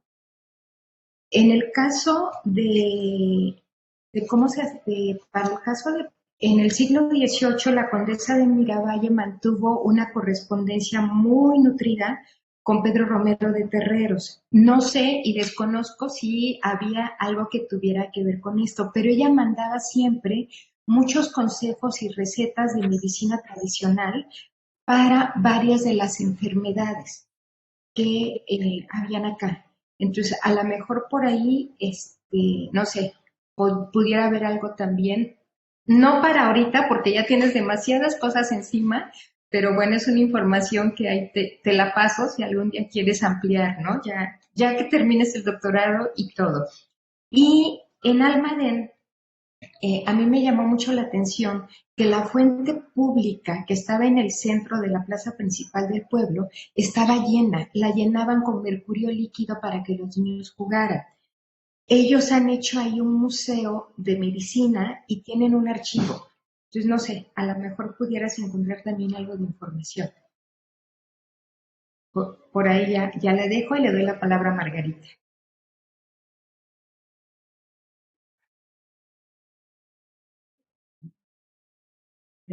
Buenas tardes. A mí me agradó mucho tu trabajo también. Creo que entrar a estudiar las ideas desde el campo de la medicina no es una cosa fácil para los historiadores, dada las enormes implicaciones que tiene el estudio de la medicina en sí misma. Y si eso lo concretamos para ver aspectos médicos en la salud de los trabajadores de las minas americanas, es decir, Perú y Nueva España, yo creo que las implicaciones se hacen todavía mucho más complejas. De ahí que a pesar del gran interés que tiene el estudio de la medicina laboral, que es un concepto que ya se mencionó, no es quizá el más adecuado para el estudio de esta época, a mí me llamó muchísimo la atención, dada precisamente la complejidad de esas implicaciones, ¿no? Y la única cuestión que voy a dejar planteada, porque tiene que ver con el trabajo en sí mismo de las minas novohispanas, es cómo se explica, porque creo que no ha quedado bien contestada esta cuestión, cómo se explica el cambio de la etapa de consenso de los médicos europeos y americanos respecto de el daño que genera el azogue en los trabajadores a la siguiente etapa, donde otro grupo de médicos, también europeos y americanos, aparentemente hay una polémica, pero se habla de negacionismo del daño del azogue. O sea, la cuestión fundamental, me parece, en el trabajo es cómo se explica el cambio de una etapa a otra. Desde mi perspectiva, solo de manera tentativa, creo que la respuesta podría encontrarse si nosotros tomamos toda esta serie de ideas que tú expones acerca del concepto del uso o no dañino del azogue, si lo vemos con algo que tú mencionas en uno de los párrafos de tu texto, es sobre la mecanización. Cómo la mecanización del trabajo en las minas está vinculado con aspectos de tipo económico y sociopolítico, ¿sí? Que se argumenta en los distintos niveles de gobierno de la Nueva España y de la España misma. Es decir, vincular estas ideas de la medicina laboral con el discurso político de la corona española y cómo ese discurso llega a la Nueva España o a Perú, permeado por las ideas propias de quienes están trabajando las minas y de, como decía Eduardo Flores Cler, de quienes están trabajando en contacto con el azogue día con día. Y hablamos no solo de los azogueros como técnicos especializados que conocen todo el proceso de la amalgamación, sino también de los indígenas que como trabajadores no especializados están obligados a pisar esa torta, ¿no? Por horas hasta que quede bien mezclada. Entonces creo que por ahí va la respuesta. No quiero lanzar una respuesta, tengo una idea más o menos, pero creo que sería muy interesante vincular este tema de la medicina con los aspectos de las realidades de las que habló también la doctora Brígida, ¿sí? Que es la realidad del trabajo en las minas novohispanas, no solamente en la mina de Almadén, no, porque hablamos de dos realidades distintas. Ese sería solo mi único comentario. Gracias. Gracias, Margarita. Martín, voy a tomar la palabra también para aprovechar y hacer un comentario. Adelante. No sé si había alguien más. Pero bueno, yo me Pues, uno a las felicitaciones, Jorge, de tu trabajo, se aprende mucho.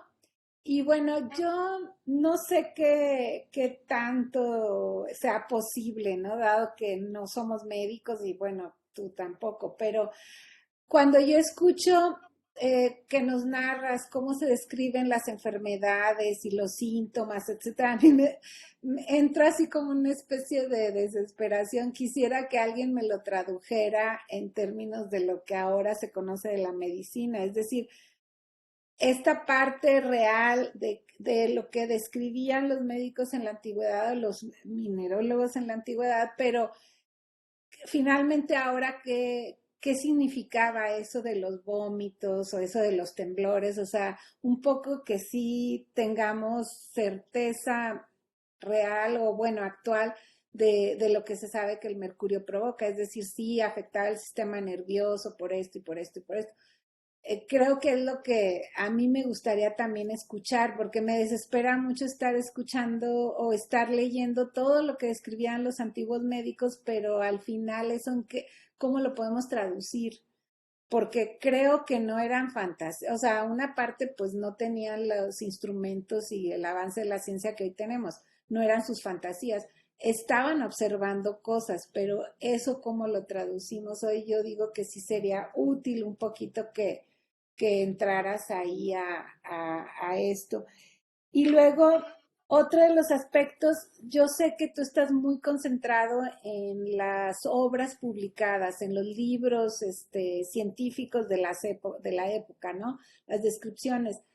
Pero no sé qué tanto también contrastar un poco de lo que ya te decía Margarita, Brígida, con la realidad. O sea, sí hace falta un poquito, a lo mejor desde el punto de vista historiográfico, que recojas lo que está pasando realmente en los centros mineros, y por zonas, porque yo al principio pensé que tu trabajo se iba a concentrar mucho en lo que estaba pasando en las minas de América, y realmente creo que mucho son descripciones de lo que está pasando muy particularmente en Almadén, ¿no? Como que es esa realidad. Pero aquí está habiendo casos y más allá de estos señores científicos que están hablando, pues que están los reportes en las minas, ¿no? Que están dando. Y otra de las cosas que creo que también tienes que marcar mucho, y a mí se me hace interesante, hay dos líneas respecto al mercurio. Hay sus efectos y sus usos como medicina, pero por el otro lado, los efectos en la salud, la toxicidad, ¿no? Entonces, como que el mercurio tiene digamos, esta tensión o este contraste. Uno, se habla de él como medicamento, pero por el otro lado como toxicidad. Y dentro de su toxicidad, pues es dependiendo, o sea, es la producción directa del mercurio y es que digamos, su mismo proceso productivo que conlleva y el empleo del azogue como un insumo en el beneficio de la plata, como que su manipulación, dependiendo en qué estado de la producción esté, creo, como puede estar implicando sus efectos. Y otra, yo en general, lo que te podría decir, así una crítica muy general es, en tu trabajo está muy bien descrito, muy bien escrito también, muy interesante, pero siento que hace falta la problematización y quizás sea lo que Margarita refería hace un momento, o sea, ¿por qué ese cambio en el paradigma, ¿no? Respecto a la forma de ver el mercurio, o sea, como, ¿a qué se debió?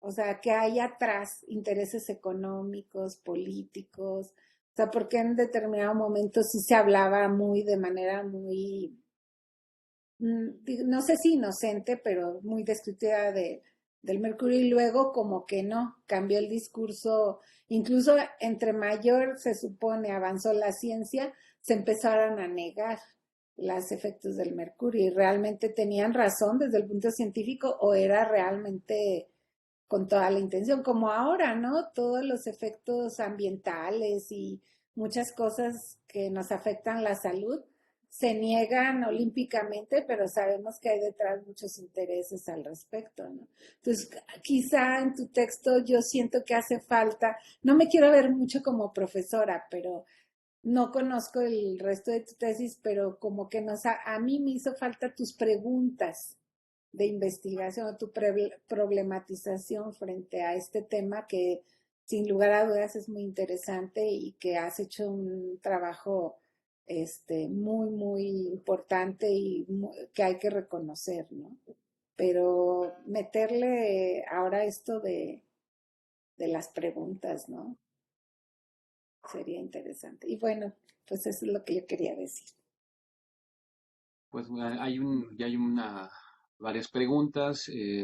Jorge, si quieres responder a los planteamientos, adelante.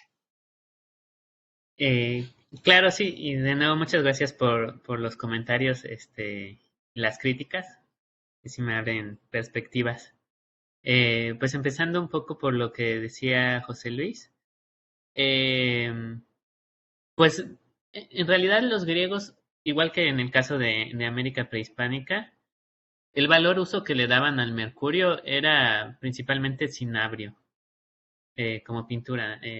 Y de hecho hay algunas confusiones, propias discusiones entre, perdón, los griegos y romanos, entre los médicos clásicos sobre, se referían a veces al cinabrio como sangre de dragón, pero también había una planta que daba un tinte rojo a la que le decían sangre de dragón.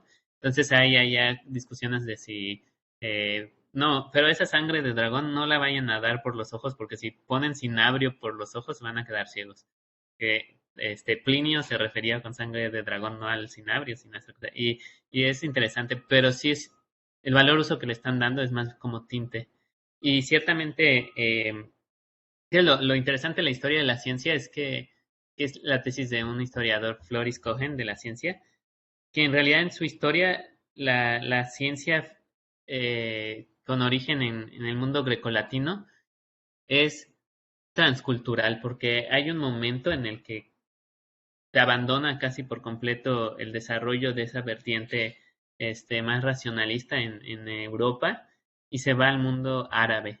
Y son los musulmanes en realidad en el medievo los que hacen muchos adelantos científicos y son ellos los que en el contacto con la India introducen al mercurio en la medicina clásica, digamos, en los textos de Galeno, o hacen dialogar estos nuevos remedios con Galeno, porque Galeno es famoso por haber propuesto que la naturaleza tenía que curarse a sí misma con lo semejante. Entonces, los vegetales y los productos animales eran los que debían de usarse como medicinas, no los minerales que eran ajenos al cuerpo humano. Y los musulmanes empiezan a usar minerales en la medicina con reticencia por ciertos médicos galenos. De hecho, cuando uno de los grandes impactos que tiene el uso del mercurio en la medicina en Europa es que empieza a cuestionar todos estos prejuicios contra la medicina mineral. Y muchos, desde curanderos, hay textos de curanderos del siglo XVI, XVII, XVIII que critican justamente al mercurio por eso, o sea, porque los médicos estaban dando metales y esos son ajenos al cuerpo. Y Y hay una reconceptualización de lo que es una medicina, ¿no? Y viene aparejado justamente de la llegada del mercurio a la medicina galénica por la vía de Oriente, de los musulmanes. Avicena, al-Razi, con varios de sus médicos lo usaban, y lo usaban en el medievo para tratar ¿cómo se llama? La sarna. Se usó para tratar la sarna. Y entonces, como la sífilis causaba erupciones cutáneas, es que lo empiezan a usar los médicos. Y los primeros testimonios que hay enfatizan mucho que quitaba los dolores de la sífilis, más que encontrar ahí que se quitaba la enfermedad, por lo menos aparece como un calmante. Que de hecho hay un texto de Juan de Vigo, que es un médico italiano, que dice: he intentado con todos los remedios que aparecen en Galeno para el dolor y ninguno funcionó más que el mercurio. Y entonces hay muchas especulaciones, incluso muchos médicos insisten, como nadie sabe quién había inventado los ungüentos mercuriales, fue un invento bastante anónimo, Falopio, un médico por ahí tiene una leyenda, pero insisten mucho en que había sido un ciego experimentador, como le llamaban, o sea, alguien sin educación facultativa o de universidad que se había puesto así a lo empírico a poner sustancias y había dado con el azogue. Entonces hay muchas cuestiones interesantes en la forma en que los médicos se conciben a sí mismos y a su disciplina por la introducción de estos remedios metálicos. Y en cuanto al nombre, pues sí, el mal francés, el morbo gálico, porque cuando hay el primer brote grande es en Nápoles, cuando está siendo invadida por las tropas francesas en 1492. Entonces los napolitanos le empiezan a decir morbo gálico, porque las tropas francesas la habrían traído. Los franceses le llaman mal napolitano. La palabra sífilis, de hecho, se acuña desde muy tempranas fechas por un alemán, me parece que es un poema alemán que usa por primera vez, pero la verdad esa palabra casi no se usó, no fue muy popular. Hay un texto de un médico Bethencourt francés que propone llamarle enfermedad venérea por Venus. Venus era la diosa del amor. Y justamente él dice, porque no es correcto usar nombres que manchen a grupos de gente enteros. Entonces, decirle morbo gálico, pues nos mancha a los franceses. Me recuerda mucho a toda la discusión que hubo al principio de la pandemia, porque cuando yo estaba escribiendo varias de estas cosas, estaba investigando, estaba la pandemia empezando y veía ahí referencias del morbo gálico. Cuando si era enfermedad china o no, el COVID. Que al final por eso se escogió ese nombre, ¿no? SARS-CoV. Y en el siglo XVIII lo que más se usa es Lues venerea. La Lues venerea por todos lados la llaman Lues venerea. En cuanto a lo que menciona Belén, pues agradezco mucho las referencias que me pasan. No sé si la correspondencia de Romero de Terreros está me imagino, en Real del Monte o es en Pachuca, donde está el archivo de minería. Porque sí tenía planeado ir y luego con los problemas de la pandemia ya no pude ir, pero sí me acuerdo que hice una primera exploración. Y en el caso de Almadén, Menéndez Navarro ha estudiado ahí solicitudes de apoyo, de asistencia del siglo XVIII, y él nota que esto también se relaciona con lo que mencionaba Margarita. Menéndez Navarro nota que a principios del siglo XVIII los trabajadores, cuando enfermaban por el trabajo en la mina de Almadén, enviaban cartas pidiendo caridad o que, pues sí, por la caridad cristiana, que no podía mantener a sus hijos, por la enfermedad, que era meritorio de una pensión del rey, etcétera, etcétera. Y hacia la segunda mitad del siglo cambia el tono de estas cartas. Estas cartas se referían más como a necesito la asistencia sanitaria porque esto me va a ayudar a ser más productivo y va a ayudar a aumentar Entonces sí hay ahí como un cambio en la mentalidad económica de ser la caridad cristiana lo que primaba a ser la necesidad de producción, la productividad. Y el hospital de Almadén, antes había una enfermedad, se hace un gran hospital de 120 camas, me parece, en 1755, y está relacionado con el auge de la minería novohispana de la segunda mitad del 18, pues necesitaba una mayor producción de mercurio, y para sostener una mayor producción de mercurio, la corona necesitaba un hospital más grande. Es como que todo iba en este auge económico, en esta mentalidad ilustrada, pues había que mantener a la mano de obra, pero más como para mantener la producción, ¿no? Y la productividad. Y Juan de Barrios, en 1607, su libro dice explícitamente él escribe en Nueva España su libro para que las parteras y los médicos de parajes alejados, como los que hay en las minas, dice, tengan un libro de consulta para guiarse.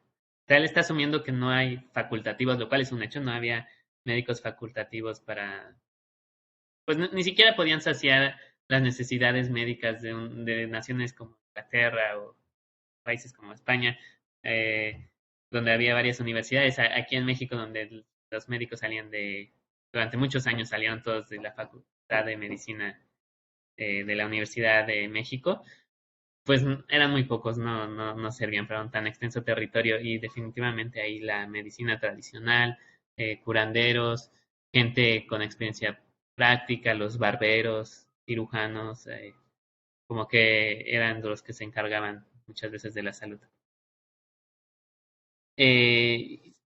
Sí, y sobre el cambio del consenso hacia la polémica, creo que hay varios ahí también aspectos intelectuales. En el siglo XVIII empieza a haber un ímpetu de originalidad que viene desde el siglo XVI, pero muy iconoclasta. O sea, ya Paracelso había sido iconoclasta o Galileo en el siglo XVII hace remarcas iconoclastas, pero en el siglo XVII, después de los adelantos que hay en la física de Newton, sobre todo de Galileo a Newton, los cambios que hay en la visión del cosmos, como que en el siglo XVIII empiezan a tener esta visión de que es necesario desterrar las ideas antiguas, limpiarse de los prejuicios. Y Jussieu claramente cuando está en Almadén, en 1716, tiene esa actitud de es posible que toda esta idea de la toxicidad del mercurio sea como la idea de las esferas de los cielos, que viene desde los griegos clásicos, pero en realidad es falso, ¿no? Y va con esa mentalidad muy crítica y entonces lo lleva a acentuar, como que esto es un prejuicio, esta es una idea que viene de antaño, no está justificada. Creo que por ahí va. Y de Bowles sí creo que tenía mala fe. Es difícil de probarlo, pero trato de la impresión. El propio Pares lo sugiere fuertemente que también pensaba lo mismo. El negacionismo de Bowles sí es muy radical. Y bueno, y lo que por parte de el énfasis que puse en consultar obras científicas publicadas, pues tiene mucho que ver con que tocó en los años de investigación. Yo salí de la parte escolarizada del doctorado en el 2019. Entonces, pues básicamente casi toda la investigación me tocó de reclusión y ahí hablé con mi asesor y estuvimos viendo maneras de consultar archivos documentales. En la Biblioteca Nacional de España tienen bastantes documentos y cartas de Huancavelica que son muy padres, aunque por parte de conceptos científicos son muy ambiguos. La verdad, la gente en los textos de archivo habla mucho de los indios se enferman por el polvillo de cinabrio, pero no dan mayor contexto como teórico, o sea, como que son muy empíricos en ese sentido, y casi todas las menciones del archivo son de ese estilo. Sí se menciona a un doctor de Huancavelica que dicen que curaba con unos cocimientos de plantas, que muy probablemente son unas plantas que se usaban también para tratar el morbo gálico, el guayaco, y la china le llamaban. Son unas plantas que se sacaban unos cocimientos por allá y las daban, al mismo tiempo que te daban el ungüento mercurial, te daban eso. Es muy probable que eso fuera lo que diera este médico de Huancavelica.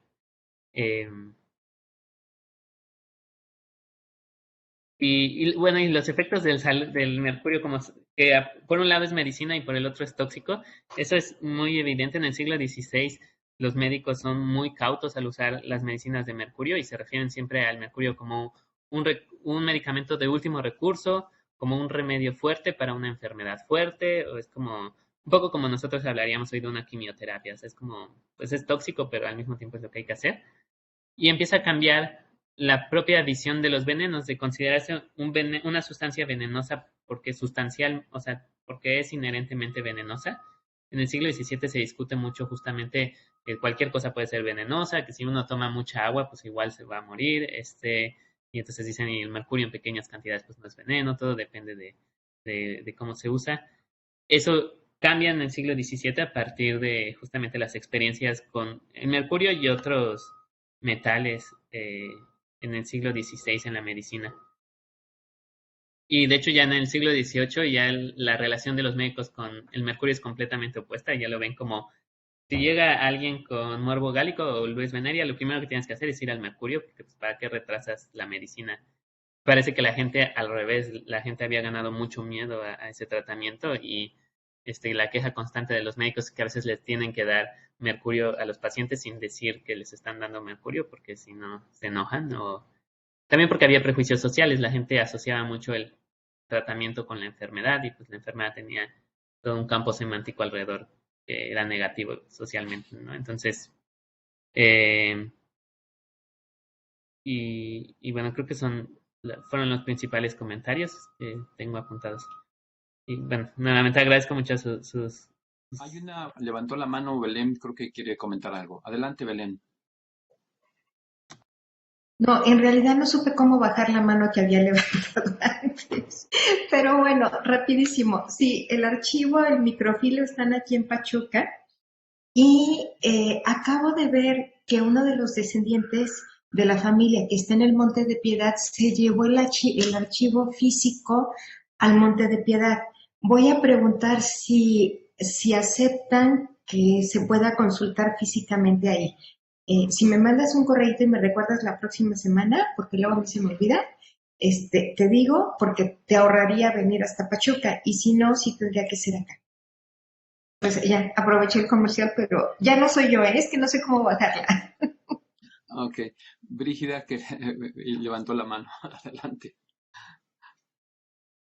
Sí, me parece, Jorge, muy interesante lo que acabas de decir en el sentido de el impacto que tiene a nivel global, por decirlo así, la generación de tal cantidad de plata sobre todo la segunda mitad del siglo XVIII, como un impacto que lleva en Almadén a cambiar, a fundar hospitales mayores, etcétera. O sea, cómo hay muchos efectos sociales adicionales a nivel de regiones muy alejadas entre sí a partir de las bonanzas o de las insistencia en mayor producción de plata.